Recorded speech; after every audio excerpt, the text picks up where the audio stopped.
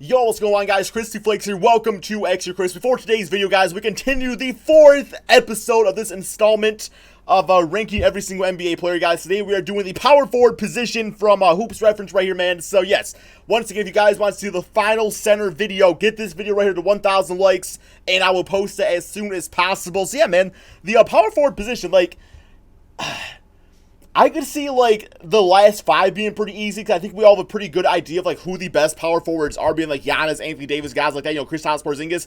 But I could see, like, the middle of the road being kind of difficult to kind of rank out there, you know what I'm saying, bro? So, yeah, let's go ahead and check this out. See where he ranks Zion, because he's been very lenient with, like, ranking rookies at, like, 28th and 29th, just because they're not really proven yet. So, hopefully, he kind of follows that same trend here. With Zion, pretty decent like to dislike ratio, 1K likes, about 100 dislikes, which for a ranking video is damn good, man. It's damn good. People be freaking hate on your opinion and stuff like that. So. Over the past week, my videos have been rankings of players by position, and in today's video, we move on to the power forwards, which is actually one of the more stronger positions filled with a ton of talent from top to bottom, in my opinion. For a long time, it was the damn weakest position in the NBA. Like, I am 10 years ago? The player that no, not really. They had Dirk, Tim Duncan. Yeah, it was fine. It was fine. It isn't relevant if the player isn't a natural power forward, because a few players on this list are not natural power forwards. The only thing that matters is that that is the spot that they will be starting. But what's really a natural power forward Before these we days? get started, though, make sure to subscribe to the channel if you're new, as all support is very much appreciated. Now, with that being said, bro, Blake Griffin better be begin. top 5 and be pissed. Starting at the bottom and working our way to the... I saw the Pistons jersey, and I was like, what? Okay, no, Anthony Tolliver, okay. Dude, the Anthony Tolliver is a beast. Starting you don't hear the Tolliver effect? Look it up, man. Tolliver of the Portland Trailblazers. Dude's a damn beast. Tolliver, for most of his career, has been a three-point specialist. There's no way he's bench, starting, though. Which no is way. a role that he's done well in.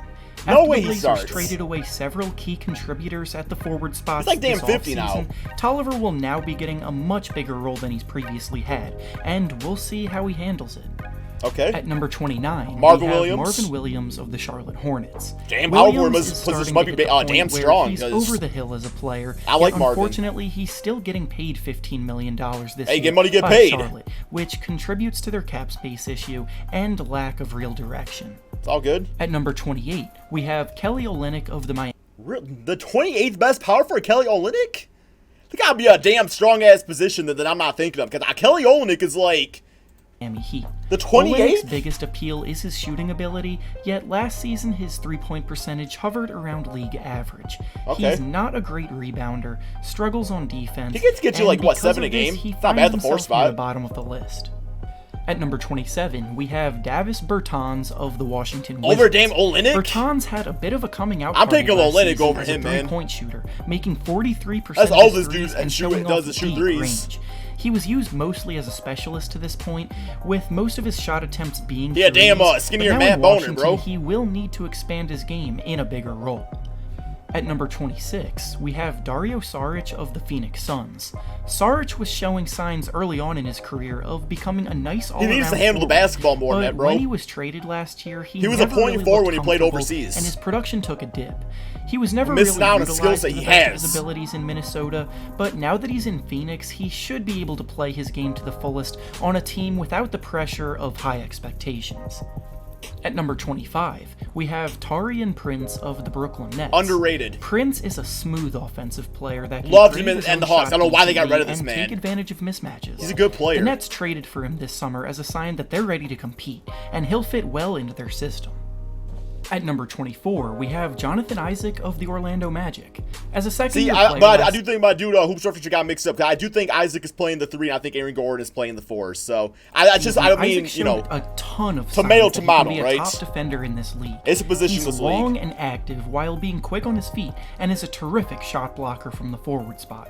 His offensive game is still coming along, but his defensive He'll get there. impact He's has attacked the the basket potential more. to be great. He's watched some Giannis. At number 23, we have Gordon Hayward of the Boston Celtics. Damn, With dude. both Marcus Morris and Al Horford How the leading money the have team fallen. this summer, the Celtics will likely go small with their lineup. He's gonna get leaving torched. either Hayward, Tatum, or Brown starting at the 4. I already put Tatum and Brown on my shooting guard. Jalen and Brown ain't small gonna play no forward damn lists, 4. That's so for damn Hayward sure. is the one appearing in this video. Maybe sometimes, I guess. Overall, But Hayward's injury hampered the way he played significantly, dude, but he's gonna he'll get be looking to torched get on back on defense track playing as that he 4. continues to It get ain't gonna healthier work this long year. term. At number 22, we have Jaren Jackson Jr. of the Memphis Grizzlies. After just one season, Jaren was very impressive. I have not seen Zion's name yet, scoring by the way. Ball well both inside and out, and on defense, he's done very well for someone so young. Him and Ja Morant will be a terrific young duo to build around moving forward, and Memphis fans should be excited. New Mike Conley, At Zach number 21, Randolph. we have PJ Tucker of the Houston Rockets. Take a little high on PJ right here. Like, PJ's a good player, don't get me wrong, but I feel like if you replace PJ with Taurean Prince or maybe a few of these other guys listed here, like, the team is just as good, if not better. Like, that's not disrespecting PJ, guys. Like, I love his defense. He's a good three-point shooter. Okay. Rockets. Tucker Okay. isn't a guy that fills stat sheets, but his immense value to the Rockets comes from the little things. That's true. He plays as hard as he I do can like at little all things, guys. times, plays great defense, sets good screens, and spaces the floor well as a confident three-point shooter. At number 20, we have Harrison Barnes of the Sacramento Kings. Barnes and Marvin Bagley will be fighting for this spot, but the Kings just paid Barnes a large sum of money, so they likely believe he will I can be see the Bagley starter, starting in and the 5. Bagley will be coming off the bench to gain more experience. No, I'll use as a Deadman off young the bench, player. I'll probably say. At number 19, we have Zion Williamson. Not of the played New a game Orleans yet, though, Pelicans. so we'll see. Now, Zion obviously hasn't done anything in the league yet, but my belief is that he's going to be a very good player right away. Expecting him to be a star immediately is too unrealistic, but he Is it has the though? I hype mean, around him for a look at reason, Luka Doncic. and is going to make Did some his noise rookie this year. year in a big way. Donovan Mitchell was great At his number rookie year. 18, we have Domantas Sabonis of the Indiana Pacers. Sabonis mostly played backup center last season, but this year with Doug McDermott and TJ Leaf being the only other alternatives, the team will likely go big and start him at power forward. Sabonis dominates the post. I think that's even more reason to use him off the bench. And even has a serviceable jump shot. He's becoming a very But they ain't good got no depth player at the four and now will off the be bench, relied so. heavily upon until Victor Oladipo returns from injury. At number 17, we have Joe Ingles at 7. of the Okay. Utah Jazz. Now, obviously, I ain't gonna lie, man. If I'm the Utah Jazz, I'm using Joe Ingles off the bench. Just hear me out, man, because now they got like Mike Conley and Bojan Bogdanovic. Like, Joe Ingles, great defender. Good three-point shooter, but he's a good playmaker too, man. So I feel like by Mike Conley having like more like that, I feel like Mike Conley and Donovan Mitchell are gonna have the ball a lot, so it might take away from like Joe Ingles' playmaking abilities. Like, I would use him off the bench as like the focus point of your offense. I don't know if that makes sense, but and then get more like a natural four out there. But So- the way the Jazz are constructed, they will probably start 4 shooters on the floor around Rudy Gobert in a small ball Which lineup, is interesting to moving see. Ingles to this spot. He's a fantastic shooter and secondary playmaker, as well as a big game player. At number 16, we have Paul Millsap of the Denver I'm taking Nuggets. Zion over Paul Millsap is at this very moment. much on the downside of his career, with his production decreasing a ton over the past few Imagine you seasons, switch out Paul but he Millsap can with still Zion, give see this what Nuggets happens. team good minutes on both ends of the floor, especially on defense, where they will need him while playing alongside Nikola Jokic, who tends to struggle on that end. He's been getting better, At though. number He's gotten better. 15, we have Danilo Gallinari of the Oklahoma City Thunder. Gallo had one of the quietest great seasons last year and Like 20 arguably points had a the game. best season of his career. He Kept averaged healthy about for the most 20 part, I points think. per Maybe game not. while I don't scoring remember. the ball incredibly efficiently. Was he shooting healthy? 46% He from was. the floor and 43% from 3. He's a highly skilled forward that will be featured heavily in this new-look OKC squad. At number 14, we have Lauri Markkanen of the Chicago Bulls. Markkanen wasn't healthy for most of last year. I know Bulls fans but are by loving the that end of the ranking. season, he I started know you to get guys it loving that back ranking. I was and like, showed how lethal he can be. probably should be top He's 10. a 7-footer with unusually good handles for someone at that height, allowing him to create his own shot against other slower bigs with ease. He could be in for a monster year. I can this see him year, being an all-star but next for year. now, he's near the middle of the pack with a ton of promise. At number 13, we 20 and have 10 guy John last year. Collins of the Atlanta Hawks. One of the most underrated players. I don't think there's ever been a more slept-on 20 and 10 season Yes, than sir. the one Collins had last year. But Yes, he's sir. a terrific young big man that puts up great numbers and dominates wish he the could play paint with his center. athleticism. I wish he could play and Trae center. Young will be a phenomenal duo for years because their connection in the pick and roll is already tough to stop. At number 12, we have Oh! Robert Covington. I know you guys are gonna get pissed at me in the comments saying like, Chris, you don't value defense enough. Yes, I do value defense. Guess what I value more than Robert Covington? John Collins for one. Like, ooh, number 12 though. I mean, I like Rocco. Like, I know he's a good player, man, but I don't know if he's the 12th best. Covington of the Minnesota That Timberwolves. seems... Covington was injured for about half of last season, but when he's on the court, he had some of the biggest impact on the defensive end in the league over the past. I know you guys are going to say, good for you care about points per game. I know, I mean, but and creates the Why ain't Paul Millsap higher, leading to easy baskets for his team.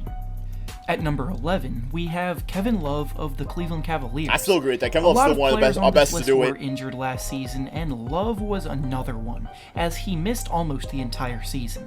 When he did play, he never really found a rhythm on offense, but was still one of the top rebounders in the league, as he always is. Assuming he's healthy again this season, Kevin Love can play small forward at all? I still believe he can produce like a top power forward in the league, and a contender may look to trade for him at some point near the deadline. I really want him on Portland. Now, starting off the top 10 of this list, we have Julius Randle. Dr. J. Julius Randle. Randle was amazing last season on the Never Pelicans, saying that again. putting up 21 points and 9 rebounds per game, while also showing off a much improved jump shot. He's going to be the go-to guy in New York, which could see another spike in his production. I am interested to see how he does being the number one guy. Much because the Knicks just aren't a very talented team. They're not going to be in the playoffs, but I'm curious to see what he does. At number 9, we have Kristaps Porzingis number of the 9, Dallas wow. Mavericks. Porzingis. I mean, if we're kind of like negating injuries in this video, I think you got to do the same for Kristaps. Like, I know he's coming off injury and stuff, but he's at least a top 5 power forward when completely healthy. Comically long I think we forget how good he is. Players from last season, but they call him the unicorn because of his absurd. He's better than number 9. I got to see these other 8 guys while now. also being 7'3". The sky is the Griffin, limit for him with potential, 80, but okay. we'll see how the injury will affect how he plays moving forward.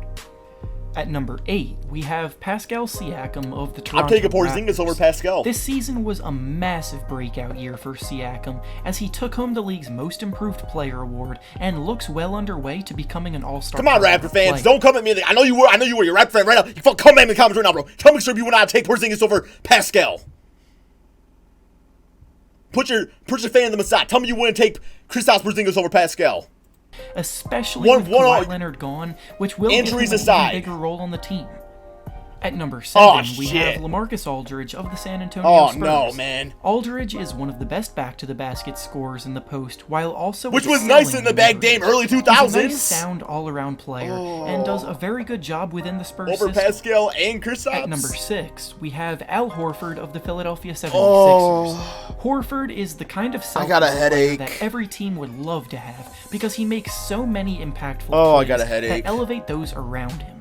He's a good shooter for a big man, a terrific passer for a big man, and most importantly, he's a phenomenal. I ain't taking over Pascal or Kristaps. He used to be the biggest matchup nightmare for Joel Embiid, but now they're teammates, which is a scary sight for the rest of the league to have to face.